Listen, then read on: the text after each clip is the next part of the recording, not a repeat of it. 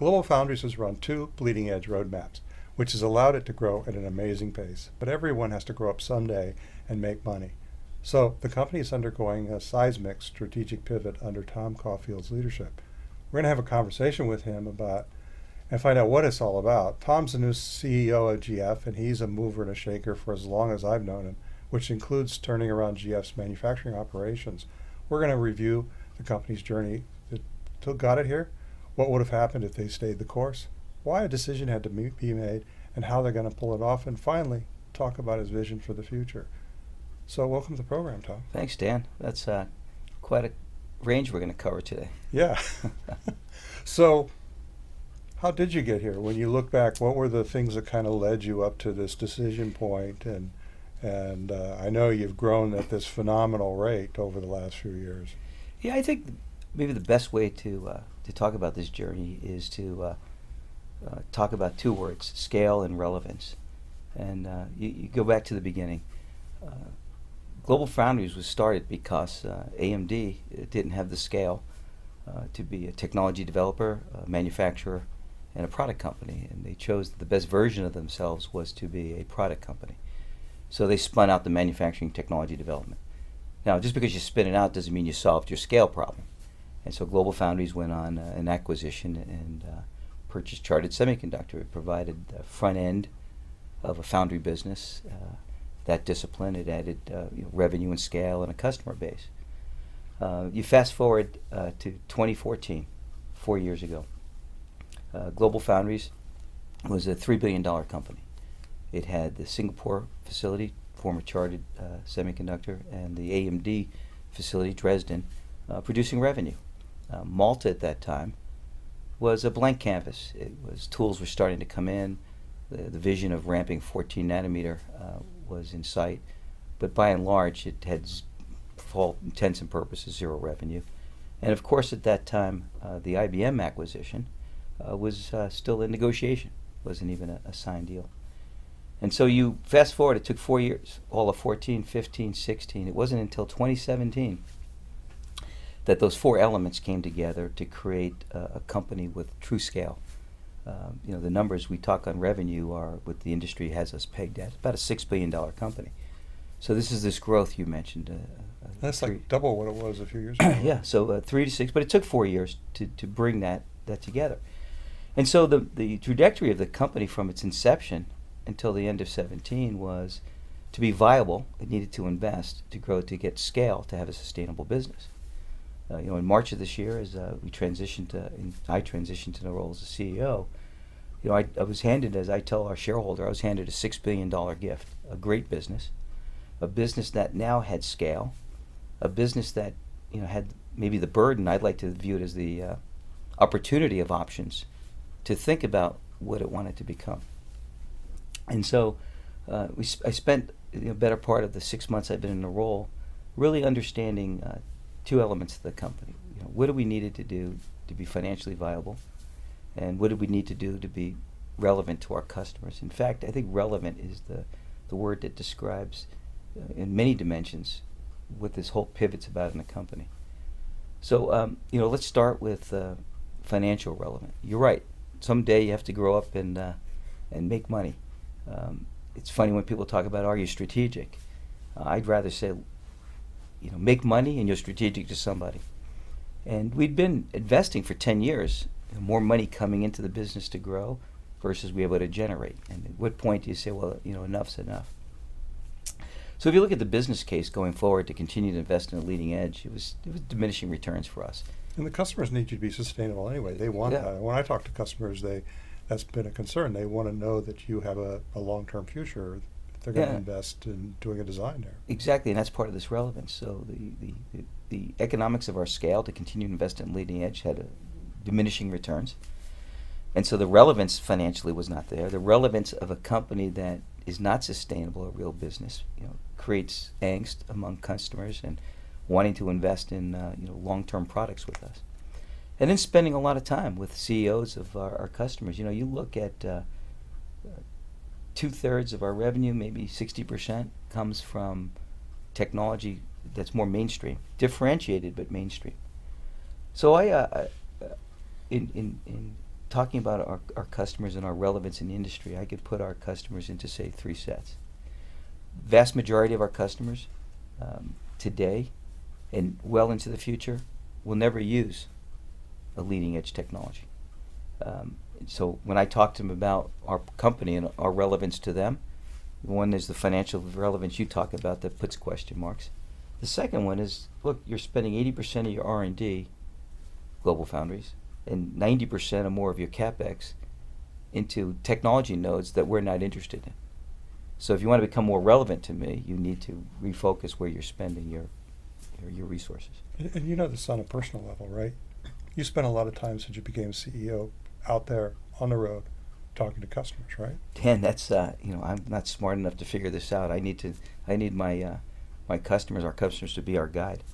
The second set of customers use a broad range of technologies, including leading edge, but the majority of them would also say, look, based on your scale and your affordability, you're later to the market by plan. We wanted to be fast followers, so you're late to my need. But secondly, your scale won't allow you to invest in the kind of capacity that me as a customer would be willing to invest onto your platform. I would never get my return. So maybe the technology was relevant for their use, but GF was not relevant because we were late and we wouldn't have the scale they would require for them to make investment. And then the last set of customers, very important customers, 5 to 10, were using our 7 nanometer, AMD, IBM, our ASICs customers. And so we'll need to continue to work with them and help them transition to find that capability so that they can continue their product roadmaps. So the relevance of GF to our customer set, by and large, we were spending 80% of our R&D, 90% of our capital was orthogonal to where our customers really wanted us to be relevant. And so it didn't take us long to pretty much figure out what we didn't want to do. Right? It's easy to say, well, I'm not going to do this anymore. And the financial models were not great. Relevance with the customers not there. The whole question mark on sustainability, created problems to continue investing. And so we decided to spend a bunch of time, about a 60-day intense effort, to say, let's stop focusing on what we're not going to do. Let's go figure out who we're going to become and why we will be more relevant and why we'll be successful. And that's where we spent a lot of time, not only amongst ourselves, but with our customers. Yeah, I always talk about, do you want to be a differentiator or do you want to be a similarian? And it sounds like you're making the right choice here, to be a real differentiator and focus on your capability, which, when I talk to customers, I always hear 3 things. One is you're incredibly responsive compared to the large companies, and then the other one is you have great RF capability in terms of just the depth of capability, and the ability to do custom stuff with people is unparalleled. And then finally there's the whole FT side of it. Yeah, those are all great examples of differentiation. So thank you for your feedback on our customers, but you're only as good as your last phone call you answered or delivery you made to your customers every day that we start anew. And for GlobalFoundries, one of the things we need to do as a company is have the same user experience, customer experience across our global footprint. I think our global footprint is a competitive advantage for us, and we need to do better at making that look and feel and engagement the same across the globe. I think you're noting where our differentiation is, and I think that's exactly where our attack strategy is coming in. We first start to look at really attractive markets, and when we think of big industry transitions, the transition to 5G. So if you look at the amount of silicon in the front-end modules in mobile devices, from 3G to LTE, the area of silicon doubles. From LTE to 5G, it doubles again. Mm-hmm. So you have a market where you have about 1 billion phones, being sold on an annual basis, growth modest 3-5%, but the amount of silicon to enable these next generation phones, as phones go from 3G to LTE to 5G, is factors of growth in an area where I believe we have true differentiation. We have great base RF capability, We have FDX capability that allows RF to be embedded in a much elegant and feature way for our customers. And so this is exactly our future. Our future is going to be what many of our customers have chosen to do. They got off leading edge. They chose features and market segments that they were good at, that were attractive segments, and then double down in investing in that capability and essentially creating that value and owning that value for that part of the industry. And in these visits to customers that I've made, I've watched, hear the story of their CEOs say how they've made their pivot at different points in time. Some at 65 nanometer, some at 14 nanometer, but the story is always the same. They looked at where they were losing their differentiation by continuing to fight the good fight at Moore's Law, and decided to reinvest where they had true value to the industry, true relevance to the industry. Now, when I think about the last 50 years, right, it's all been about replacing mechanical and chemical systems with digital ones, right? That seems to have gone about as far as it can go, and every time I turn around, I see something new that I didn't expect to be displaced with an RF, a wireless communication capability. Every time I turn around, I buy some new product. My wife goes out and brings something home. She's bringing home this stuff like my new blinds that we put in the house. They're connected with RF, and I can look at them from right here. I can open and close them, So yeah, I could open my garage door from here. Yeah. Yeah, I think that's just back to the Internet of Things, that everything's connected, and I think that's the next play with the Internet of Things. It went from Wi-Fi enabled, so local connection, where everything in the future, not to make this an advertisement for everything RF, but everything will have an RF module in it, so that it can be connected at much greater distances than just where Wi-Fi can go. So you have 5G turning on more capability, more features in communication and mobile devices. You have Internet of Things creating more opportunity for RF, and I think that's a big space for GF to really invest and differentiate for our clients. So you talk about investing. Making this change means that you're going to save a lot of money, and you don't have to invest as much. Does that mean your investments are going to go down? Are you going to continue to invest? No, in I this think technology? if you're going to play in this industry, you have to make substantial investments. You need a financial model that supports that. And for us, we'll spend between $1 billion to $1.2 billion every year on CapEx R&D. And it's important because we need to create these features in development, and we need to enable these features in manufacturing, and you need to make those investments.